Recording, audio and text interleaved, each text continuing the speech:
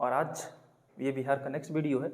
मैं आपको बिहार में इतिहास पढ़ा रहा था और इतिहास के बारे में हम आगे बातें करेंगे। इससे पहले बिहार की कुछ बेसिक बातों के बारे में बात कर लेते हैं, जैसे बिहार का क्षेत्रफल, बिहार की लंबाई चौड़ाई, बिहार किस स्थिति में, भारत के किस क्षेत्र में स्थित है, बिहार का जनसंख्या क्या है, जनसंख्या घनत्व क्या है। तो थोड़ी सी बातें हम इस पर कर लेते हैं और हम हर दिन ये बात करेंगे। इससे क्या होगा कि आपका बेसिक बात आपको हमेशा पता होना चाहिए।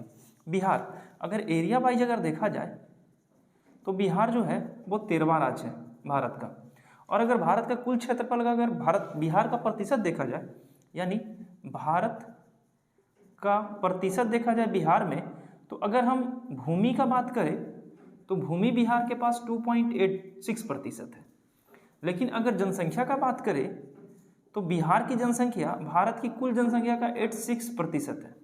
बिहार का जन घनत्व कभी कभी पूछ लेता है आपसे कि बिहार की जनसंख्या घनत्व बता दीजिए, तो बिहार की जनसंख्या घनत्व 1106 है और बिहार की जनसंख्या घनत्व भारत के कुल राज्यों की अपेक्षा सबसे अधिक है। बिहार से अगर इसकी लंबाई पूछे उत्तर से दक्षिण तो 345 होगा, अगर ये लंबाई पूछे तो 483 किलोमीटर होगा। ये बात आपको पता होना चाहिए। बिहार का अगर आपसे एरिया पूछ ले कि बिहार का एरिया कितना है, तो बिहार का एरिया जो होगा वो 94,163 वर्ग किलोमीटर स्क्वायर होगा। ये बातें आप लोग से पूछी गई है एग्जाम में इस बार बीपीएससी में, तो ये छोटी छोटी बातें आपको याद होनी चाहिए। अब हम चलते हैं बिहार के इतिहास के बारे में। मैं बिहार के इतिहास में आपको बता रहा था मगध के बारे में, और जब मैं मगध बात कर रहा था तो आपको मैं बताया था कि मगध में तीन वंश हैं। मगध का बात करूं तो मगध में 3 वंश थे, मैं आपको बताया था। एक हमारे हर्यक हैं, दूसरे शिशुनाग हैं और तीसरा हमारा नंद था, नंद वंश। और हमने हर्यक को कंप्लीट कर लिया था। हर्यक में हमने मुख्य रूप से 4 शासक को देखा था। एक हमारे बिंबिसार थे, दूसरे उनका पुत्र अजातशत्रु था, तीसरा उनके पुत्र उदयन थे और लास्ट शासक जो था हर्यक वंश का नागदशक था। आप लोग को ये भी पता होगा ही, जैसा कि लास्ट वीडियो में कंप्लीट कर चुका हूं, नागदशक की हत्या कर देंगे शिशुनाग। नागदशक वो शासक होता है कि उनके ही क्षेत्र के लोग उनको पसंद नहीं करते हैं, जिसके कारण उनके क्षेत्र के लोग शिशुनाग को अपना राजा घोषित करना चाहते हैं। और शिशुनाग जो था वो नागदशक का मंत्री था। फाइनली शिशुनाग ने हर्यक वंश के अंतिम शासक नागदशक की हत्या कर दी और शिशुनाग वंश की स्थापना की। तो ये हमारा कल तक का था। आज हम चलते हैं शिशुनाग वंश। शिशुनाग वंश में जब आप बात करेंगे शिशुनाग के बारे में, तो आपको पता होगा, मैं कल बताया भी था कि जो शिशुनाग वंश डायनेस्टी जो हमारी है, ये हमारी आएगी 412 में और ये 344 तक रहेगी, यानी 344 बीसी तक रहेगी। ये हमारा शिशुनाग वंश है। शिशुनाग वंश में हमारा मेनली 2 शासक का पढ़ना है बस। पहला शासक हमारे होंगे कौन, तो पहला शासक होंगे यही एकमात्र व्यक्ति शिशुनाग, ये हमारे पहले शासक होंगे। और दूसरा शासक होगा इन्हीं का पुत्र काकवर्ण, जिसे हम वर्तमान में कालाशोक के नाम से जानते हैं। तो ये 2 पे मैं बात करूंगा, यहां से क्वेश्चन बनेंगे। मैं स्टार्टिंग से बोल रहा हूं कि प्री में मगध डायनेस्टी से क्वेश्चन बनते हैं, और आप बीपीएससी का कोई भी पेपर उठाकर देख लो, मगध से 1 क्वेश्चन से 2 क्वेश्चन तो रहता ही रहता है। ठीक है, तो हम इस पे बात करेंगे। चलते हैं शिशुनाग के बारे में। तो शिशुनाग गद्दी पर बैठेंगे हमारे कब, ये बैठेंगे 412 में और यह रहेंगे कब तक, 394 बीसी तक रहेंगे। यानी आप बात करते हैं दीप वंश और महावंश के अनुसार। एक था हमारा दीप वंश और एक है महावंश। ये दीप वंश और महावंश है क्या, तो दीप वंश और महावंश बौद्ध ग्रंथ है। ठीक है, ये महावंश जो है ये सिहली के बौद्ध ग्रंथ है। अब ये सिहली का मैं बारे में बात कर चुका हूं कि सिहली प्राचीन काल में श्रीलंका के क्षेत्र को सिहली बोला जाता था।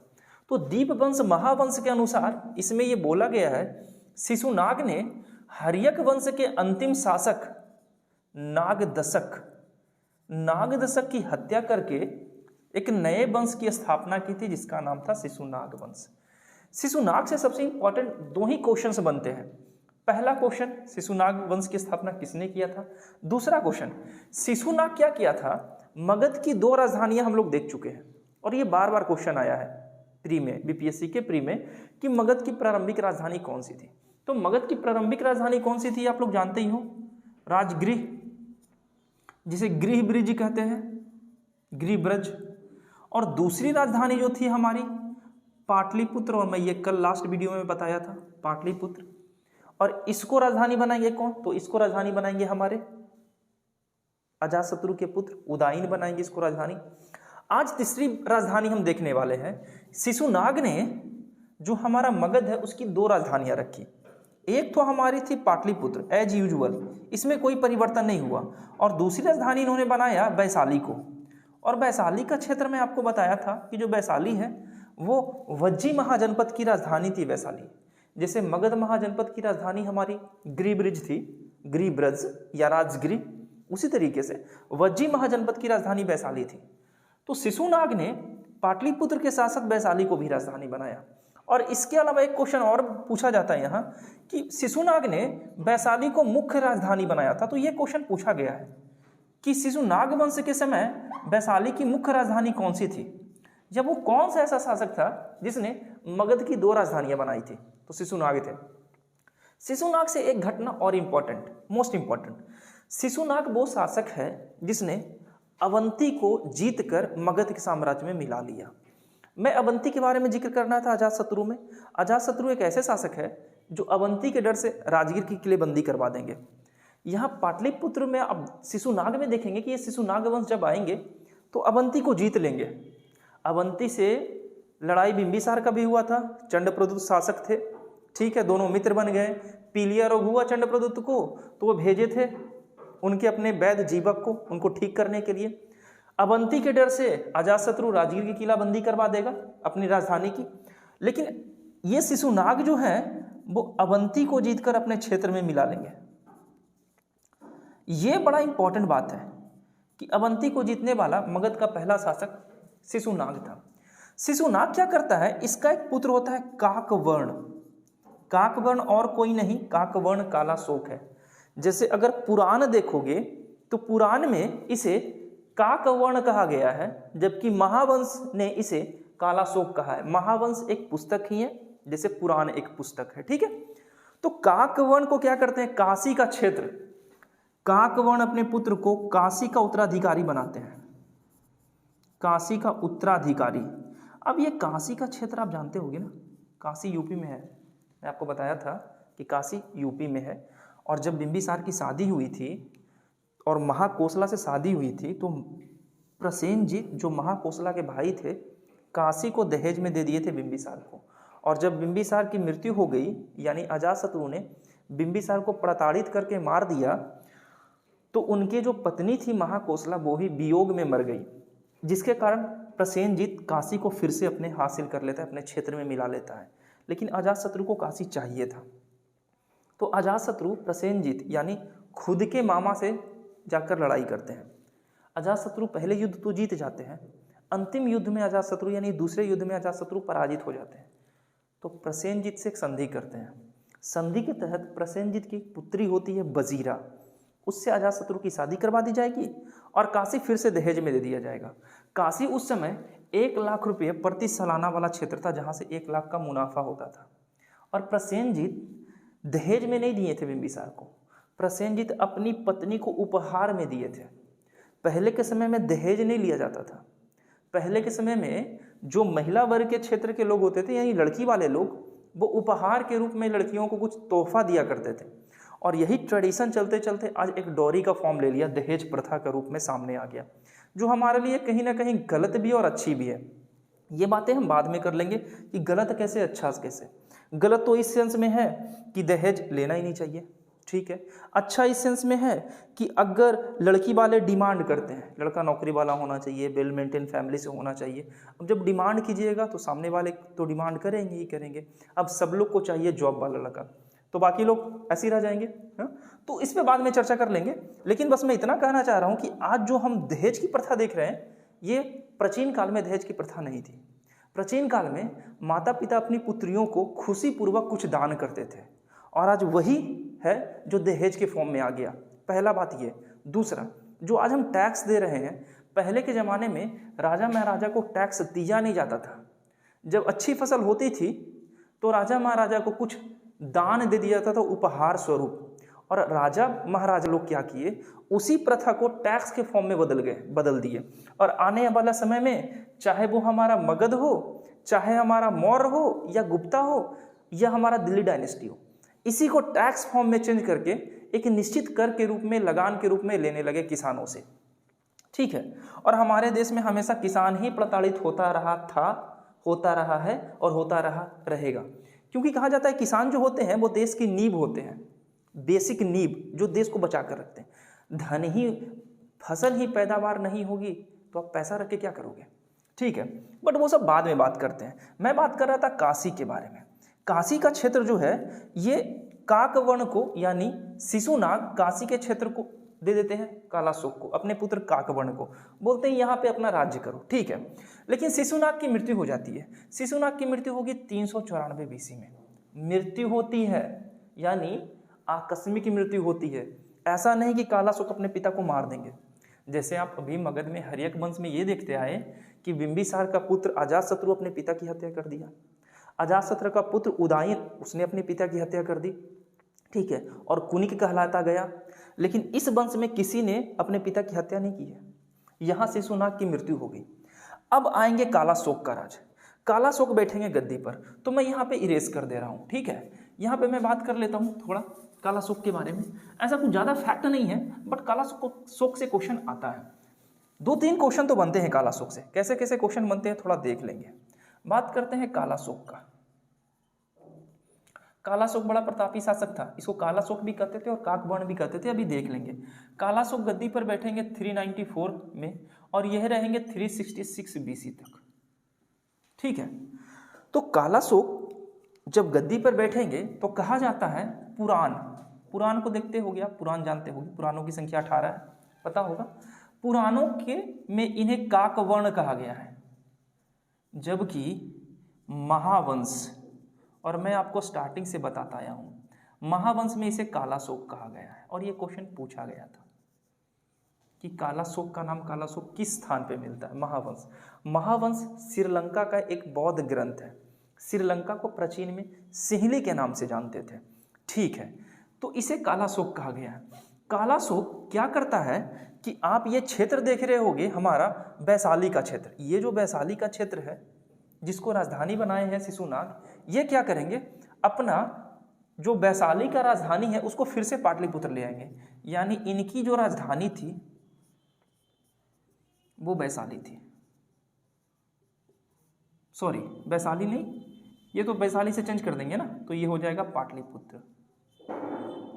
ये राजधानी पाटलिपुत्र में स्थापित कर देंगे, पहली बात।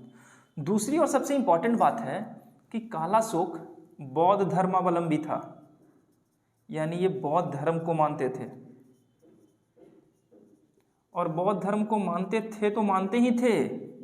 बौद्ध धर्म की द्वितीय बौद्ध संगति कालाशोक के शासनकाल में हुआ है, ये बात आपको याद होना चाहिए। तो हम थोड़ी द्वितीय बौद्ध संगति का बात कर लेते हैं। द्वितीय बौद्ध संगति, और ये आप लोग जानते होंगे कि ये कब हुआ था, 383 बीसी में हुआ था। यानी प्रथम बौद्ध संगति हुआ था 483 बीसी में। अच्छा, 483 से एक बात और याद रखना कि बिहार की पूरब से पश्चिम की लंबाई 483 किलोमीटर है। तो इस तरीके से अगर बातों को कोई रिलेट करके आप याद रखिएगा तो आपको लंबे समय तक बातें याद रहेगी। और दूसरी बौद्ध संगति का आयोजन ठीक इससे 100 साल बाद हुआ था। ठीक है, 383 बीसी में। इस समय हमारे कहाँ हुए थे, तो ये हुआ था वैशाली में। ठीक है, द्वितीय बौद्ध संगति का आयोजन वैशाली में हुआ था। शासक कौन थे, कालाशोक थे। एक क्वेश्चन तो और बनता है ना कि द्वितीय बौद्ध संगति के समय अध्यक्ष कौन थे, सावक मीर थे।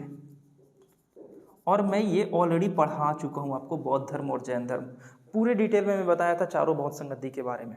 जैसे प्रथम बौद्ध संगति जब हो जाती है संपन्न, तो उसके बाद 2 ग्रंथ लिखे जाते हैं। ठीक है, 2 ग्रंथ थे, विनय पिटक और सुत्त पिटक। विनय पिटक के लेखक आनंद थे, सुत्त पिटक के लेखक उपाली थे। उसी तरीके से द्वितीय बौद्ध संगति जब संपन्न होगी तो द्वितीय बौद्ध संगति के बाद बौद्ध धर्म को 2 भागों में विभाजित कर दिया जाएगा। हाँ, आस्था, वीर और संचार। यहाँ हीनयान महायान मत बोलिएगा, हीनयान और महायान चौथी बौद्ध संगति के बाद होता है। और तीसरी बौद्ध संगति के बाद एक होते अभिधम्म पिटक। अभिधम्म पिटक की रचना की जाएगी। ठीक है, तो वो बौद्ध संगति में, बौद्ध धर्म में हम लोग देख लेंगे। द्वितीय बौद्ध संगति का आयोजन कालाशोक के समय में होगा, वैशाली में होगा, सावक मीर अध्यक्ष होंगे। 383 BC में होगा। इतनी सी बातें याद रखनी है, ये क्वेश्चन पूछा गया है। अब लास्ट आते हैं कालाशोक के बारे में। कहा जाता है कि बाणभट्ट, आप बाणभट्ट के बारे में अच्छे से परिचित होंगे। बाणभट्ट ने एक पुस्तक लिखा था, उस पुस्तक का नाम था हर्षचरित्र, और ये पुस्तक एग्जाम में बहुत बार पूछा है। हर्षचरित्र के लेखक कौन थे? बाणभट्ट की पुस्तक हर्षचरित्र में ये बताया गया है कि कालाशोक की जो मृत्यु थी, कालाशोक की हत्या की जाती है। कालाशोक जब अपने पाटलिपुत्र यानी अपनी राजधानी में घूम रहे थे तो महापद्म नंद नामक एक व्यक्ति ने इनको चाकू मारकर इनकी हत्या कर दी थी। तो ये बातें याद रखिएगा कि 366 BC में महापद्म नंद ने कालाशोक को चाकू मार की हत्या कर दी। और अब एक नया वंश की स्थापना करेंगे वो, जिनका नाम होगा नंद वंश, और नंद वंश के संस्थापक होंगे महापद्म नंद। महापद्म नंद कौन है? तो कालाशोक के हत्यारे हैं। महापद्म नंद स्थापना करेंगे नंद वंश के, और इनका दूसरा पुत्र, एक इनका उत्तराधिकारी होगा जिनका नाम होगा धनानंद। धनानंद काफ़ी अपने को प्रतिभावान समझते थे, काफ़ी थोड़े अग्रेसिव किस्म के व्यक्ति थे, और उन्होंने ही चाणक्य की थोड़ी बेइज्जती कर दी थी, जिससे चाणक्य ने प्रतिज्ञा लिया था कि मैं तब तक अपनी चुटियां नहीं बांधूंगा जब तक धनानंद के साम्राज्य को समाप्त नहीं कर देता। ठीक है, तो ये सारी बातें हम नेक्स्ट वीडियो में करेंगे। आज का वीडियो बस यहीं तक रहेगा। शिशुनाग से क्वेश्चन अगर आया तो बस ये पूछेगा कि मगध की उस व्यक्ति का नाम बताइए जिसने अपनी 2 राजधानियां बनाई थी। मगध के उस शासक का नाम बताइए जिसने मगध की 2 राजधानियां बनाई। मगध का उस शासक का नाम बताइए जिसने अवंती को जीतकर मगध में मिला लिया। ठीक है, तो ये सारे क्वेश्चंस शिशुनाग से बनते हैं। कालाशोक से तो ढेर सारा क्वेश्चन बनता है। कालाशोक को काकवर्ण कहा जाता है, कालाशोक को महावंश में कालाशोक कहा गया है, कालाशोक के समय में दूसरी बौद्ध संगति का आयोजन हुआ था, कालाशोक वो शासक था जिसने वैशाली से पुनः मगध की राजधानी पाटलिपुत्र स्थापित की थी। तो ये सारे क्वेश्चन बनते हैं। ठीक है, अब हम चलते चलते 2 क्वेश्चन पूछते जाते हैं हम आपसे। ठीक है, और हमारा भी नज़दीक में SSC का एग्ज़ाम भी आने वाला है, 1 दिसंबर से स्टार्ट होने वाला है। ठीक है, तो बात कर लेंगे SSC पे कुछ, इसके बाद ही बात कर लेंगे। मैं नेक्स्ट वीडियो उसके लिए बना दूंगा।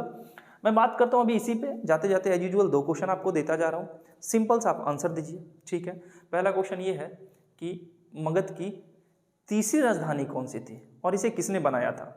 और दूसरा क्वेश्चन ये है कि बता दीजिए, सिंपल सा क्वेश्चन ही आपको देते हैं, ज़्यादा कंट्राडिक्शन नहीं क्रिएट करने वाले हम, कि दूसरी बौद्ध संगति के आयोजन के समय अध्यक्ष कौन थे। ये दोनों क्वेश्चन का आंसर आप कमेंट में दीजिएगा। पढ़ाई जारी रखिए। मैं धीरे धीरे कम वीडियो बना रहा हूँ ताकि आपको नोट्स बनाने में और याद करने में सहूलियत हो। मैं पिछले बार एक बातों को भी रिपीट कर देता हूँ ताकि आपको एक बार रिकॉल हो जाए। आप कंटिन्यू रहिए, मैं भी कंटिन्यू रहूँगा। एग्ज़ाम में आप बैठिए, जो भी एग्ज़ाम आने वाले हैं, चाहे वो बिहार में मद्य निषेध का एग्ज़ाम हो, चाहे हमारा CGL का एग्ज़ाम हो, आप एग्ज़ाम में बैठिए और देखिए कि क्या मैं इतिहास हिस्ट्री में कंप्लीट कर चुका हूँ ऑलरेडी। अगर आपको हिस्ट्री का वीडियो देखना है आप चले जा सकते हैं मेरे प्रीवियस वीडियो पे। ज्योग्राफी का वीडियो बना चुका हूँ मैं, देख लीजिए कि कितने क्वेश्चन आपसे बन रहे हैं या कितना क्वेश्चन एग्जाम में पूछा जा रहा है। तो ठीक है, मिलते हैं फिर। दोनों क्वेश्चन का आंसर आप कमेंट में दीजिए। मैं फिर आता हूँ, आपसे मिलता हूँ। तब तक अपना ख्याल रखिए, पढ़ाई जारी रखिए। धन्यवाद।